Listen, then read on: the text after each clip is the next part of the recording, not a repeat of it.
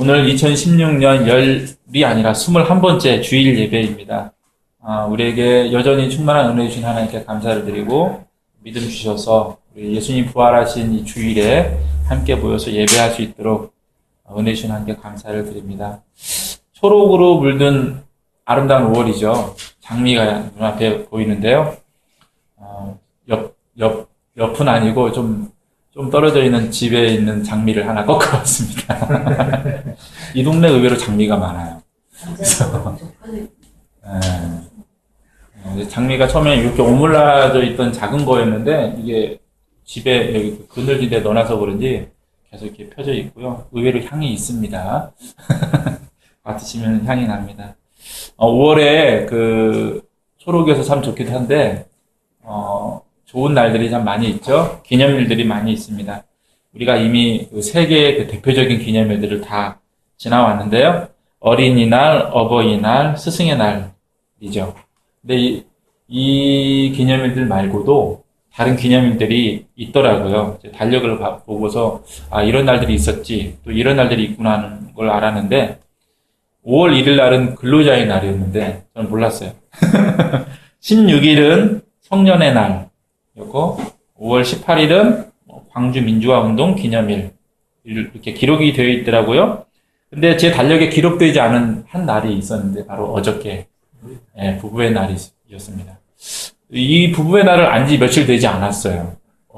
길어야 한 2주 정도 된 것 같아요. 어디에서 읽었는데요. 기독교 단체에서 어느 목사님이 이 날을 이렇게 알리고 이렇게 그런 것 같아요. 왜 20일인 줄 아세요? 둘이 하나라서 21일로 했다고 합니다. 납득되시죠? 둘이 하나. 그래서 21일입니다. 그래서 부부의 날이 21일인데요. 교회가 사실 부부의 의미, 중요성을 많이 가르치죠.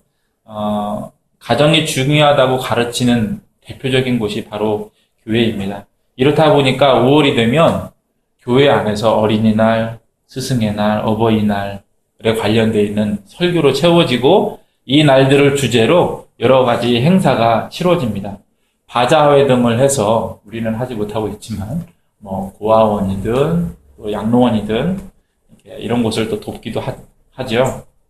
교회 안에서 묵묵히 수고하시는 봉사자들, 특별히 교회 학교 선생님으로 수고하시는 분들을 위해서 또 스승의 날이 또 교회에서 치러지기도 합니다.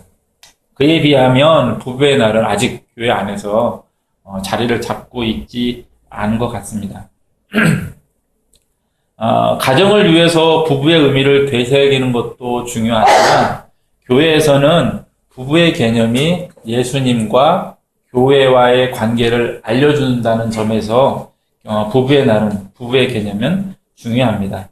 하나님과 그분의 백성의 관계를 설명하기 위해서 구약 성경에 나오는 대표적인 이야기가 호세아와 고멜의 이야기죠. 이 이야기에서 호세아는 거룩한 사람의 대명사이고 고멜은 타락한 사람의 대명사입니다.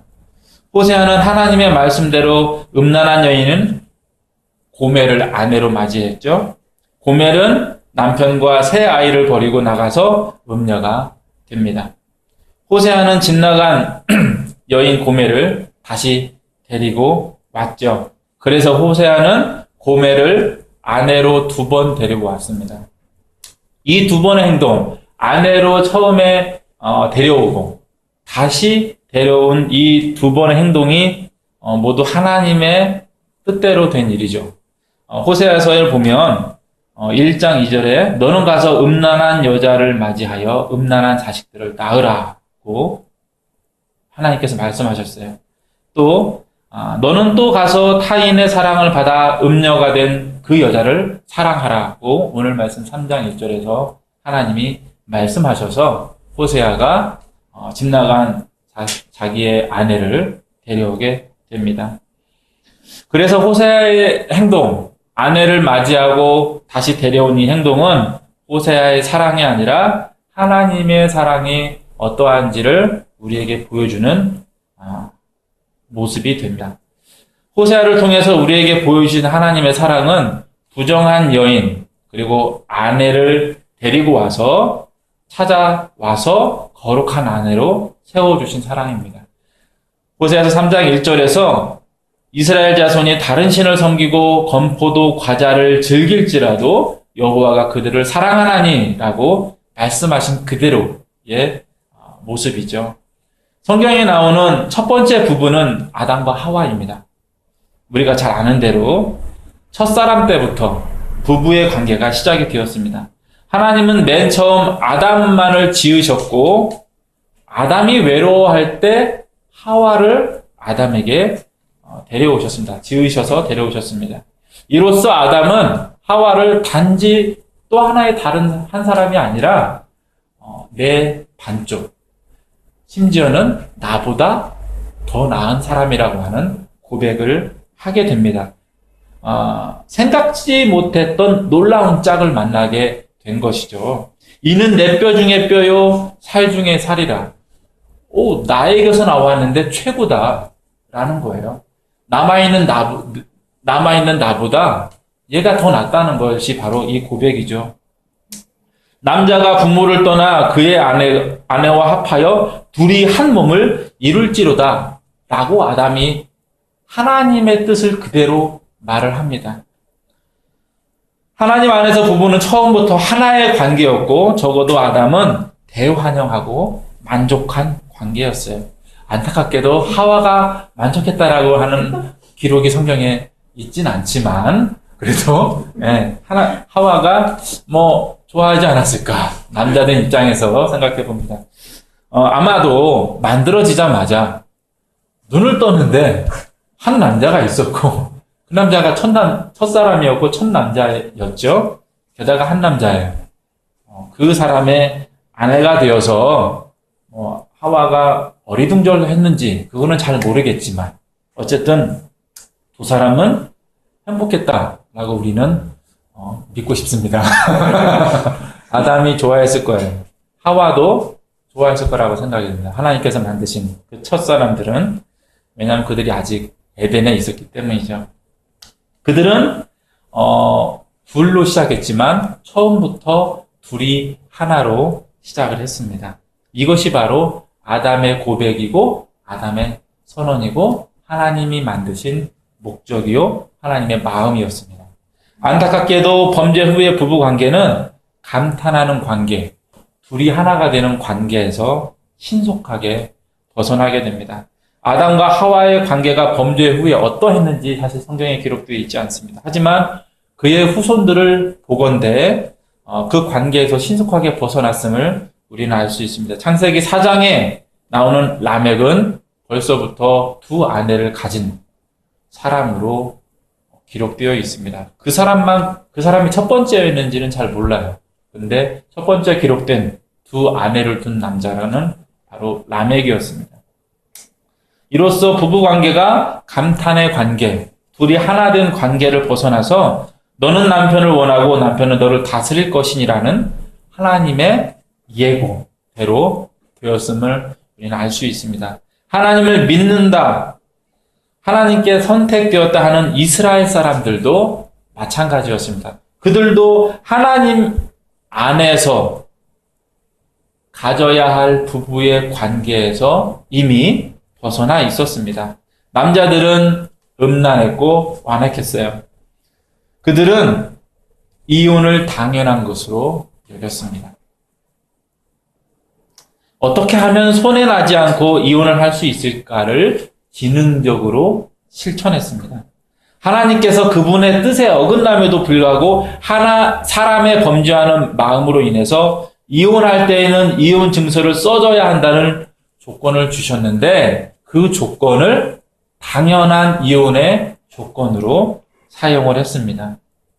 심지어는 예수님이 내가 너희에게 말하노니 누구든지 음행한 이후에 아내를 버리고 다른 데 장가드는 자는 간음함이라 라고 말씀하셨을 때 제자들이 뭐라고 대답하냐면 만일 사람이 아내에게 이같이 할진대 장가들지 않는 것이 좋겠나이다 라고 제자들이 마태복음 19장 10절에서 말을 합니다. 둘이 하나라는 하나님의 뜻, 부부됨의 대원칙이 깨진 지 오래라는 것이죠. 하나님의 율법을 가지고 있는 이스라엘 안에서도 이 하나님의 마음은 지켜지지 않은 거예요. 얼마 전에 핸드폰으로 제가 뉴스를 보다가 놀란 일이 있었습니다. 제가 잘 보는 신문에 나온 기사 때문이었는데요. 어느 신학대학에서 혼전순결 행사를 했나 봐요. 근데 그 주체가 여학생이었고, 총여학생이었고, 그 혼전순결식을 그 신문에서는 여성 억압으로 기사화를 했더라고요. 신문의 기사는 그 근대화에 어울리지 않는 여성들의 행동이다라고 그런 관점을 가지고 비판을 했었습니다. 이것은 오해에서 비롯된 것이라고 저는 생각합니다. 만일 기독교에서 혼전순결을 억압의 수단으로 사용하고 있다면 그것은 잘못된 것이고 잘못 배운 것이고 그러한 것입니다. 교회가 고쳐야 될 부분인 것이죠. 사실 교회 안에서도 사회에서 통용되고 있는 가치관들, 생각, 말하는 것들이 그대로 사용되고 있는 것이 사실입니다. 그것을 부인할 수는 없습니다. 그러나 그것이 성경의 입장이 아니고 성경이 우리에게 가르쳐 주는 것도 아니고 때문에 교회의 입장도 될 수 없습니다. 왜냐하면 그것이 성경의 가르침이 아니기 때문입니다. 교회 안에 있는 남성 우월주의, 성폭행을 당한 여인에게 네가 잘못해서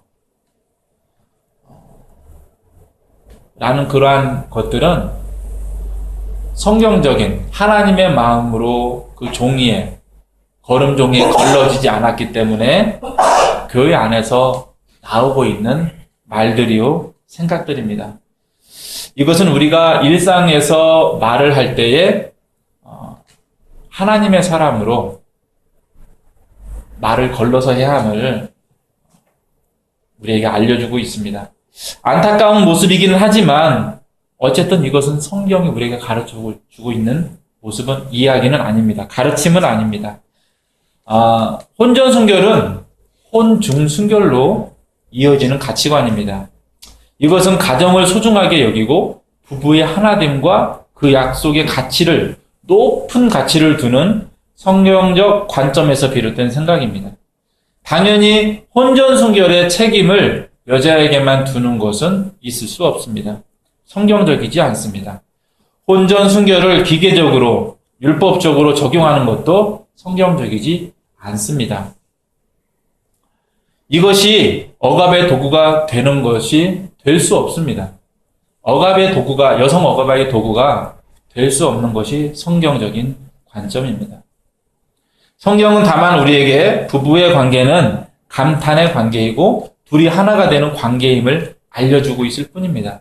이것을 우리가 추구해야 되는데 연약한 여성을 억압하게 되는 것은 제자들이 예수님께 하소연했던 것처럼 이스라엘 사람들이 하나님의 사람이라고 하는 자부심을 갖고 있었음에도 불구하고 하나님께서 어쩔 수 없이 주신 이혼했다는 증서를 빌미로 자랑스럽게 당연히 이혼했던 그런 모습과 같습니다. 우리가 추구해야 될 것은 부부의 하나됨, 하나님께서 처음 주신 그 목적, 모습이지 우리의 죄성을 가지고 우리가 가지고 쉽게 치우칠 수 있는 죄된 모습을 자랑스러워할 것은 분명히 아닙니다. 그것이 교회 안에서 나타나고 있다면 고쳐야 될 부분인 것은 분명합니다. 교회가 세상에 대해서 제대로 된 모습을 보여주지 못해왔던 그러한 모습들 때문에 나타나는 안타까운 모습이라고 생각이 듭니다. 교회는 예수님의 신부입니다. 다시 말해서 성도인 우리는 하나님에 의해서 성자 하나님과 부부의 관계상에 있는 것입니다.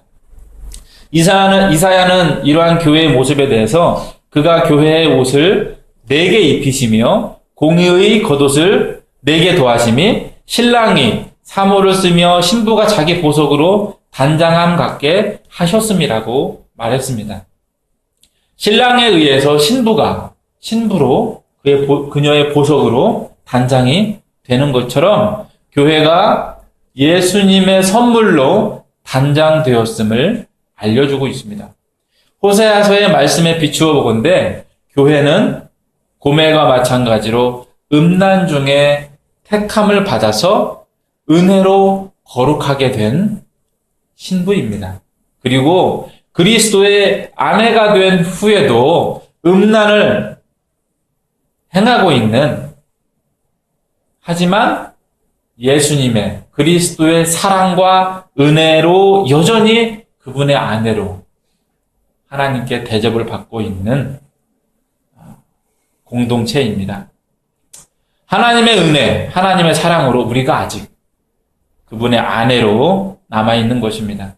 우리의 신분과 우리의 거룩함이 우리에게서 난 것이 아닌 것뿐만이 아니라 우리가 신랑의 손을 놓을지라도 우리의 신랑이 우리의 손을 붙잡고 있는 은혜 속에서 우리의 거룩함, 우리의 순결함이 사실 유지되고 있는 것입니다.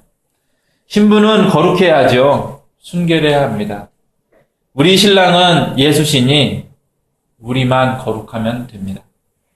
부부간의 거룩함, 순결함은 다른 사람을 내 남편, 아내로 생각하지 않고 또 삼지 않는 것입니다. 여기에는 지적인 수준이 또는 재정적인 능력이 요구되지 않습니다. 다만 한 가지, 둘이 하나이냐 라는 점입니다. 예루살렘은 하나님과 둘이 하나 되지 못했습니다. 예루살렘에게는 바울이 있었어요. 호세아서 2장 16절을 보면 여호와께서 이르시되 그날에 내가 나를 내 남편이라 일컫고 다시는 내 바알이라 일컫지 아니하리라.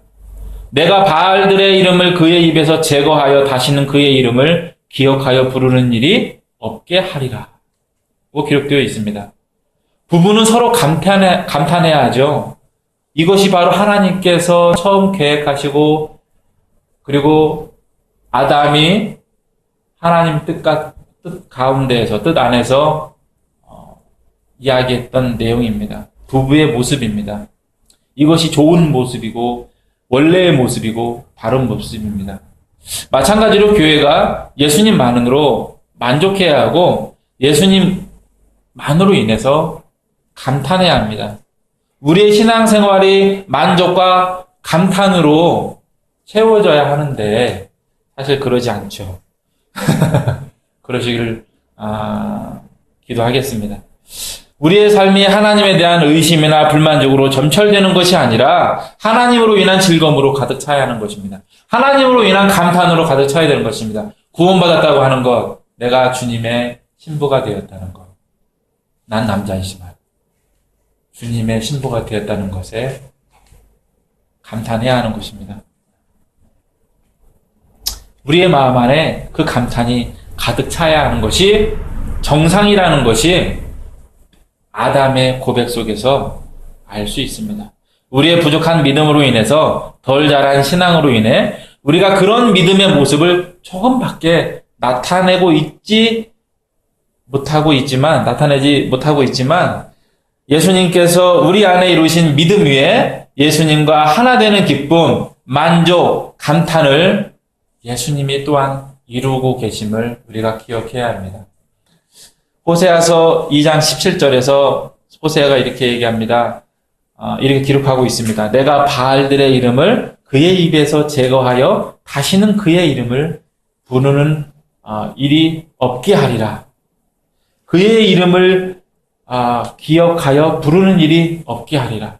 우리 안에서 하나님 외에 다른 신의 이름을 기억하여서 부르는 일이 없게 하나님께서 하시겠다고 말씀하셨습니다. 하나님께서 하시겠다는 것이죠. 우리가 부족하지만 맨날 집을 나가는 우리의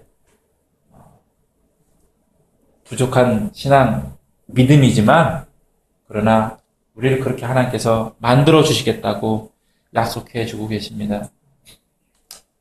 그날에는 내가 그들을 위하여 들짐승과 공중의 새와 땅의 곤충과 더불어 언약을 맺으며 또 이 땅에서 활과 칼을 꺾어 전쟁을 없이 하고 그들로 평안히 눕게 하리라. 내가 네게 장가들어 우리를 신부로 삼아서 영원히 살되 정의와 공의와 정의와 은총과 긍휼이 여김으로 너에게 장가들며 네가 나갈지라도 난 여전히 너희의 신랑이 될 것이며 진실함으로 너에게 장가들리니 내가 여호와를 알리라. 하나님은 우리에게 아버지라고 알려주셨습니다. 예수님은 하나님만이 스승이라고 또한 말씀해 주셨습니다. 뿐만 아니라 예수님이 교회의 신랑이라고 말씀해 주셨습니다. 어버이날이 처음에는 어머니 날이었죠. 우리 애들이 자주 보는 검정고무신이라는 만화를 보다 보면 어버이날 관련되어 있는 그 편이 있어요. 그 만화에 보면은 그 나레이션에 그게 나옵니다. 원래는 어머니 날이었는데, 미국도 마찬가지죠. 어머니 날이었는데 아버지들이 삐져가지고 어버이날로 바뀌었다라고 하는 내용이 그 만화에서 나옵니다. 그래서 그 만화에서는요, 그 어머니들만 대접받아요, 그날. 아버지하고 할아버지는 한쪽 귀퉁이 이렇게 찌그러져가지고 한탄하시는 내용이 나옵니다. 옛날에 그랬나봐요. 저 태어나기 전이었겠죠. 저는 어버이날로 기억하고 있기 때문에 어려서부터. 어쨌든 검정고무신 시절에는 그랬나봐요. 하나님의 사랑이 부족해서 아버지라고 우리에게 말씀하신 것이냐? 아닙니다. 하나님의 사랑이 부족해서 그런 것이 아닙니다. 부족한 하나님의 사랑이기에 염치 있으신 하나님이 어머니가 아닌 아버지라고 말씀하신 것이 아닙니다. 하나님이 혼자만 잘난 체 하시려고 자신만이 스승이라고 말씀하신 것도 아닙니다. 마찬가지로 교회가 신부이고 자신이 신랑이라고 말씀하신 것도 어떤 다른 이유 때문이 아닙니다. 이것은 삼위일체 하나님이 우리의 시작과 끝이 되시며 책임자 되심을 말씀하기 위해서 사용하신 관계입니다. 우리에게 이미 많은 사랑을 부어주시고 계시지만 처음과 끝까지 그 과정 중에 온통 사랑으로 채워주고 계시지만 그 사랑에 대해서 자랑하고 계시지 않아요. 오히려. 다만 내가 너의 책임자다. 내가 너의 남편이다. 내가 너의 아빠다. 그리고 너희는 내 가르침을 따라야 살 수 있다. 너희들이 내 가르침을 따라와야 너희가 안전하고 너희들이 평안하다. 너희들은 그렇게 만들어졌어. 라고 알려주시기 위해서 사용하신 것이 아버지와 스승 그리고 신랑의 개념인 것입니다. 하나님은 우리를 책임져 주시는 분입니다. 하나님께서 약속하셨고 그렇게 우리에게 선포해 주셨습니다. 하나님이 오늘도 우리를 책임져 주십니다. 끝까지 책임져 주시는 하나님이십니다. 그분이 우리의 처음과 마지막이 되심을 기억하십시오. 기억하시고 하나님께 오늘도 기도하시며 은혜 가운데 거하시고 말씀을 받으시길 바랍니다. 기도하시겠습니다.